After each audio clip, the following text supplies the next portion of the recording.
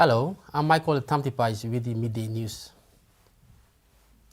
A three-day conference on the amendment to the organic law on the integrity of political parties and candidates was opened today at the Somare Institute of Leadership and Governance in the nation's capital. The conference is supported through the Women Make the Change program funded by the Australian government, UNDP, and the Integrity of Political Parties and Candidates Commission.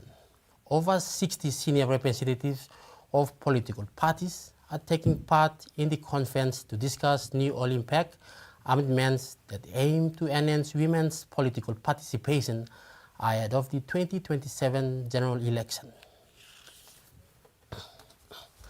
Prime Minister James Marape, while welcoming public scrutiny surrounding the reported 20 million Kina defense transaction, said he only became aware of the matter through what's being circulated through the public space. He has since directed the Chief Secretary, Ivan Pomaleu, to conduct a full review on this transaction and provide a comprehensive background information about this. Pending the outcome of this review, the Prime Minister has cautioned commentators against premature and misleading conclusions drawn without full facts. Responding to concerns raised by opposition leader James Nomane, the Prime Minister acknowledged that issues of this nature, whether raised by the opposition, public servants or citizens, play an important role in strengthening accountability across the government. However, Prime Minister Marape stressed that such concerns must be handled responsibly and verified through established legal and institutional mechanisms rather than being prematurely labelled as criminal conduct, saying he does not tolerate graft, corruption and illegal practices. The Prime Minister emphasized that initial information available to him does not indicate any criminal intent behind the transaction, but reaffirmed the importance of due diligence and said he will ensure that all processes are properly accounted for. The Prime Minister said this is his first time to hear about this transaction and has already directed the Chief Secretary to review this transaction. He further underscored that Papua New Guinea has well-established independent institutions like the Independent Commission Against Corruption, Ombudsman Commission and other relevant authorities to deal with suspected financial misconduct, and he will allow them to do their job.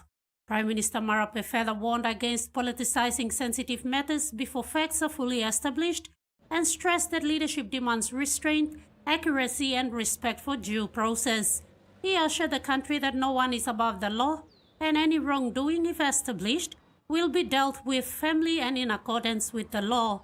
The Prime Minister also highlighted the government's continued commitment to strengthening anti-money laundering and counter-terrorism financing systems and maintaining international standards of financial governance. Prime Minister Marape confirmed that a detailed public update will be provided once the review is complete. Ruth Rungula, TVWAN News. Defense personnel from Papua New Guinea and partner nations worked together last month to deliver essential health services to remote communities in Central Province. From April 20 to May 1st, the PNG Defence Force, supported by Australia and New Zealand under the Defence Cooperation Programme, carried out a medical civil aid program. Under this program, the teams visited 7 remote villages, providing health education, community engagement, and limited clinical services, while also delivering medical supplies to additional locations. The operations also strengthened medical skills and interoperability between partner defense forces. In news overseas, the death of a newborn in Wagga has sparked calls for a renewed effort to tackle homelessness in New South Wales. The baby died on the weekend while her mother was giving birth at a homeless camp. A community in mourning following the death of a newborn at a homeless camp on the banks of the Murrumbidgee River. It's quite a tragedy and it's impacted the community greatly. The mother and the baby's twin are being treated at hospital in Wagga Wagga. Advocates say the number of people sleeping rough is reaching crisis point. There are not enough temporary housing, there's not enough emergency housing. for the most urgent in our community. There's a 4-year wait. There's real pressure at the moment in New South Wales. Last year, 68,000 people sought help from homelessness services. Rough sleeping has increased over the last 2 years by 32%. The local council is calling on the state government to step up and take control. So we need to get everyone in the same room and stop shoving it around and actually take responsibility for a whole of government response. We welcome the opportunity to partner with them in proposing what we think are the kind of sensible solutions that we've been trying to get off the ground in that community. Some of the people who live at the camp have told me that official offers of temporary shelter come with conditions they struggle to meet. They say they're forced to find accommodation they can't afford. It's a completely tragic set of circumstances. Whilst this woman was known to us and had been provided accommodation in the past, she had disengaged from that. But as I said, we're 24 hours into a review. We're really looking at this from top to bottom. A report on the newborn's death is being prepared for the coroner. Australian author Craig Silvey has pleaded guilty to possessing and distributing child exploitation material. The 43-year-old, best known for his award-winning book Jasper Jones, was charged at the start of the year after police raided his Fremantle home. Just like his previous appearances at Fremantle Magistrates Court, Craig Silvey arrived alone with nothing to say. Inside, he pleaded guilty to a charge of possession of child exploitation material and a charge of distributing child exploitation material. The charges involve images. Silvey was one of Australia's most celebrated authors, but his reputation is now in ruins. His award-winning books were quickly removed from shop shelves after he was charged in January. WA's Education Minister ordered public schools to stop using his books as teaching texts. Silvey had also been charged with producing child exploitation material. However, that charge was dropped. The prosecution also discontinued a second possession charge. Silvey is scheduled to appear in the District Court in July, ahead of sentencing. Once lauded for his words, the author left court without any. 2 marine rescue volunteers are being praised as heroes after they died trying to help another vessel in distress on the New South Wales north coast. The skipper of the vessel died as well, while 4 other volunteers were injured in the treacherous operation. The aftermath of a rescue mission gone wrong. Last night was the darkest night in marine rescue history.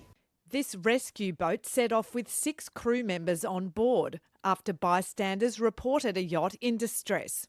It was extremely treacherous bar conditions at the time those marine rescue personnel went to sea. 2 of the volunteers, 78-year-old Bill Ewan and 62-year-old Frank Petch, died when their boat capsized in high swells on the Richmond River Bar. I could still hear people shouting for help. When I realised it was a rescue boat that had also capsized, I phoned the emergency services again.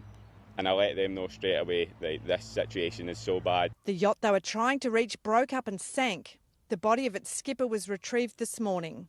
It's heartbreaking news of epic proportions to lose volunteers. The impact of what happened here is being felt beyond Ballina. I want to pay tribute to their heroism, their sense of courage. I know the marine rescue fraternity will be devastated by the loss of lives. We're all very much part of a New South Wales close family group. We all feel this. While one of the volunteers was winched to safety, the ABC understands 3 of the injured were able to swim back to the breakwall, including one with a broken leg and ribs. The incident highlights the dangers of this bar crossing. For years, locals have called for it to be made safer. The worst part about it, the last person in the marine rescue to die on this bar was my uncle, 1983. Once the strong swells subside, it's hoped police divers will be able to start recovering evidence later this week. Back at home, K92 Limited has honoured SP Antas forward Sonny Wabo after his standout performance against the Sunshine Coast Falcons in Port Moresby last Saturday. Wagga was named K92 Mining Man of the Match and presented with a commemorative silver coin produced from silver mined at the company's K92 gold mine in Eastern Highlands Province. K92 CEO John Levin said K92 was proud to support the SP Hunters and to recognize players whose performance continue to inspire rugby league fans across Papua New Guinea. K92 Mining is a gold partner of the SP PNG Hunters and said it looked forward to continuing its support of the team. And that ends the midday news. Do join us at 6 p.m. tonight for more news and sports. Goodbye.